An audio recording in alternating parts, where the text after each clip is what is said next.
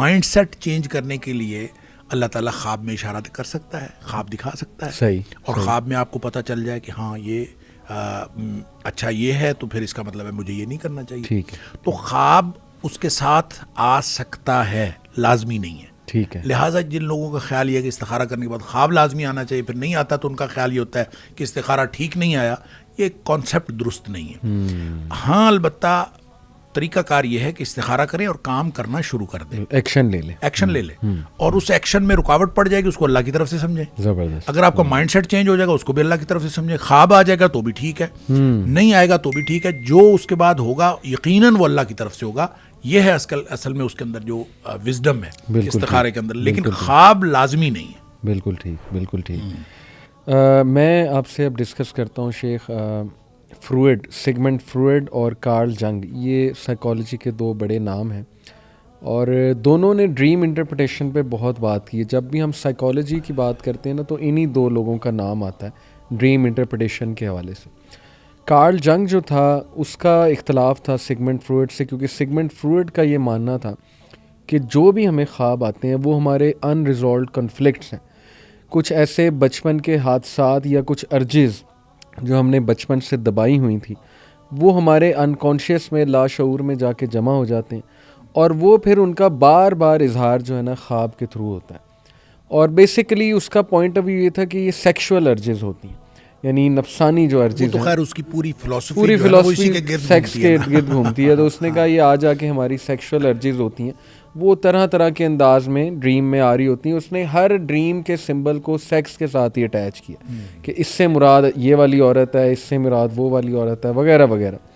Karl جنگ نے اس سے اختلاف کیا. اس نے کہا کہ دیکھیں ضروری نہیں ہے ہماری ارجز ہوں یا ہمارے ان ریزالوڈ کنفلکٹس ہوں بچپن کے جنہیں ہم ریزالو نہیں کر پائے. اس نے کہا کہ بیسیکلی خواب ہمیں آتے ہیں کہ جو بھی ہمارے ایکسپیرینسز ہیں, اور ایک چیز اس نے کہا کولیکٹیو کانشیسنیس.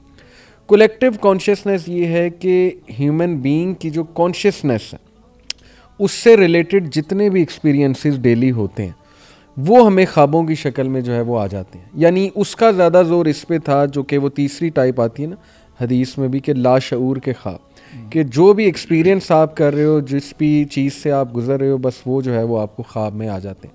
اور پھر انہوں نے ڈریم انٹرپریٹیشن کے لیے کچھ طریقے بھی نکالے.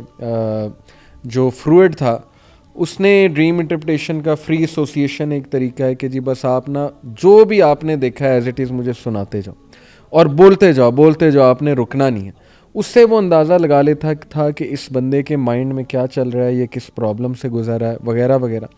کارل جنگ جو تھا وہ ڈریم انٹرپریٹیشن اس طرح سے کرواتا تھا کہ وہ ڈریم سنتا تھا لوگوں کی, اور اس کے بعد تھوڑی سی ان کی ہسٹری دیکھتا تھا اور آج کل وہ کر کیا رہے ہیں, اور اس سے ریلیٹڈ وہ ایکسپیرینس سے ریلیٹڈ جو ہے وہ جوڑ دیتا تھا. تو لیکن ان دو کی تھیوری میں شیخ کہیں بھی جو ہے نا وہ یہ نہیں آتا کہ خواب کچھ سیریس چیز ہیں یا ان میں کچھ سائن ہو سکتا ہے. ان سے تو یہی پتہ لگتا ہے کہ جی یہ آ جا کے آپ کے جو مائنڈ یا انکانشیس ہے اس میں جو بھی خیالات ہیں, تو یہ کنیکشن ہے کانشیس ورلڈ کا اور انکانشیس ورلڈ کا جو ہے نا وہ ایک کنیکشن ہے. اس پہ ذرا میں چاہتا ہوں تھوڑا سا دیکھیں. یہ نا مختلف جو مفکرین جب بات کرتے ہیں نا, میں اس کو آپ اسپیسیفکلی ان دو مفکرین کی بات نہ بھی کریں آپ, اوور آل تو اصل میں یہ جو فکر کی دنیا ہے اس میں لوگ مختلف سٹیجز پہ جا کے رک چکے ہوتے ہیں. ہر شخص اپنی کیپیبلٹی کے مطابق ایک خاص حد تک سوچتا ہے, بالکل ٹھیک, اور اس سے آگے اس کو سوچنے کی مہلت ہی نہیں ملتی. صحیح. جیسے ابن عربی کی بات کہی, جب انہوں نے وحدت کی بات کی اور وحدت الوجود کی بات کی, تو جو شیخ مجدد الفسانی ہیں انہوں نے اسی زبان میں, تصوف ہی کی زبان میں کہا کہ وہ اصل میں پہلی سطح تک کا مسافر تھا, اس نے اگلی منزل پہ سلوک کی اگلی منزل طے نہیں کی. اگلی منزل پہ جاتا تو اس کو سنویت واضح ہوتی. ٹھیک ہے, وہ ایک پہ, یعنی جب آپ کو ایک روشنی نظر آ جائے, مثال کے طور پر آپ اگر بہت بڑی روشنی دیکھتے ہیں ایک دم, تو روشنی سے آپ کی آنکھیں چندھیا جاتی ہیں, اور جب آپ جس طرف بھی دیکھتے ہیں تو آپ کو وہی روشنی نظر آتی ہے. صحیح. تو کہتے ہیں اس کے ساتھ یہ معاملہ ہوا تھا, وہ آگے بڑھ نہیں سکا, وہ اس کی نظریں خیرہ ہو گئیں. دیکھیں یہ ایک انٹرپریٹیشن ہے.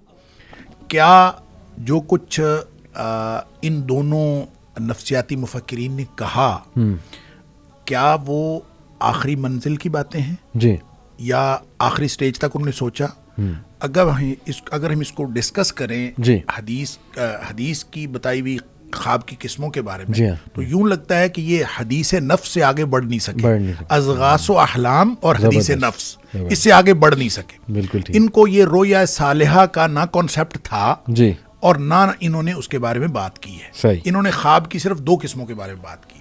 لہٰذا اگر ان کا کوئی یہ ایکسپیرینس ہوتا کہ وہ اس سے آگے بڑھتے تو شاید اس کو بھی ڈسکس کرتے. لہٰذا میں تو اس کو یہ کہوں گا کہ ان کی ڈسکشن جو ہے وہ حقیقت سے تعلق رکھتی ہے لیکن خواب کی نیچے والی دونوں قسموں کے بارے میں. اوپر والی قسم تک نہ یہ پہنچ سکے ہیں نہ ان کو اس بات کا شعور ہے. واللہ اعلم. شیخ حدیث میں اس کی کلیئر کٹ رہنمائی ملتی ہے کہ اگر کسی نے یہ والا خواب دیکھا تو اس کی یہ انٹرپریٹیشن ہے. جیسے ابن سیرین ایک نام آتا ہے, انہوں نے کچھ ڈریم انٹرپریٹیشن پہ ظاہر ہے بات کی, تو کیا انہوں نے حدیث سے اخذ کیا ہے وہ علم کہ اگر تم یہ دیکھو, جیسے یوسف علیہ السلام کو بتایا گیا جی کہ 7 گائیں دیکھی تو انہوں نے اس کی ایک خاص سمبل سے انٹرپریٹیشن کر دی. ایسے کچھ مخصوص خواب ہوتے ہیں جو کلیئر کٹ ہیں کہ ہاں اس کا مطلب یہی ہے. دیکھیں ایسا ہے, خواب نبی کریم صلی اللہ علیہ وسلم نے کچھ چیزیں بتائی ہیں جس میں مثلاً دودھ کو آپ نے فطرت قرار دیا, ایک حدیث میں آتا ہے. صحیح. اسی طرح یہ کہ دودھ کو آپ نے علم قرار دیا. جی. اسی طرح جو کرتا ہے جی قمیص لمبی, اس کے بارے میں بھی بات ہوئی. ٹھیک ہے. اور اس کو بھی آپ نے علم قرار دیا. جی. تو یہ مختلف چیزیں جو ہیں وہ ڈسکس ہوئی ہیں اس طرح سے. لیکن اسی سے جو امام ابن سیرین جو ہے مشہور تابعی ہیں, انہوں نے جو خواب کی قسمیں جتنی بھی بیان کی ہیں خوابوں کے حوالے سے, ان کا خواب نامہ بہت معروف ہے. اس کے علاوہ بھی تو لوگوں نے جو چیزیں اخذ کی ہیں وہ ظاہر ہے حدیث سے ہی لی ہیں. اور اس میں سے جب کعبۃ اللہ کی بات آتی ہے, دیکھیں یا حدیث سے یا قرآن سے. اب کعبۃ اللہ کی بات ہے تو چونکہ قرآن نے کہا کہ کعبہ امن کی علامت, لہٰذا کعبۃ اللہ کے بارے میں یہ معبرین کا خیال یہ کہ جب بھی یہ خواب میں آتا ہے تو یہ امن کی علامت ہوتا ہے.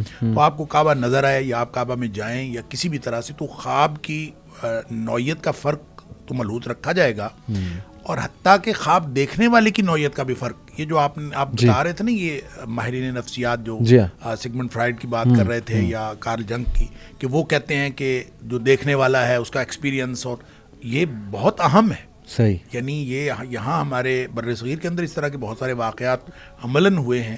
کسی نے اپنا خواب جو ہے وہ کسی ہندو سے پوچھا, وہ ہندو تھا کوئی اس طرح کا کوئی جو خواب کا حساب لگاتا تھا. تو کسی نے جا کے اپنے شاگرد کو بھیجا کہ جا کے اس سے پوچھ کے اس خواب کا کیا مطلب ہے. اس نے کہا یہ خواب تمہارا ہے, ہو ہی نہیں سکتا.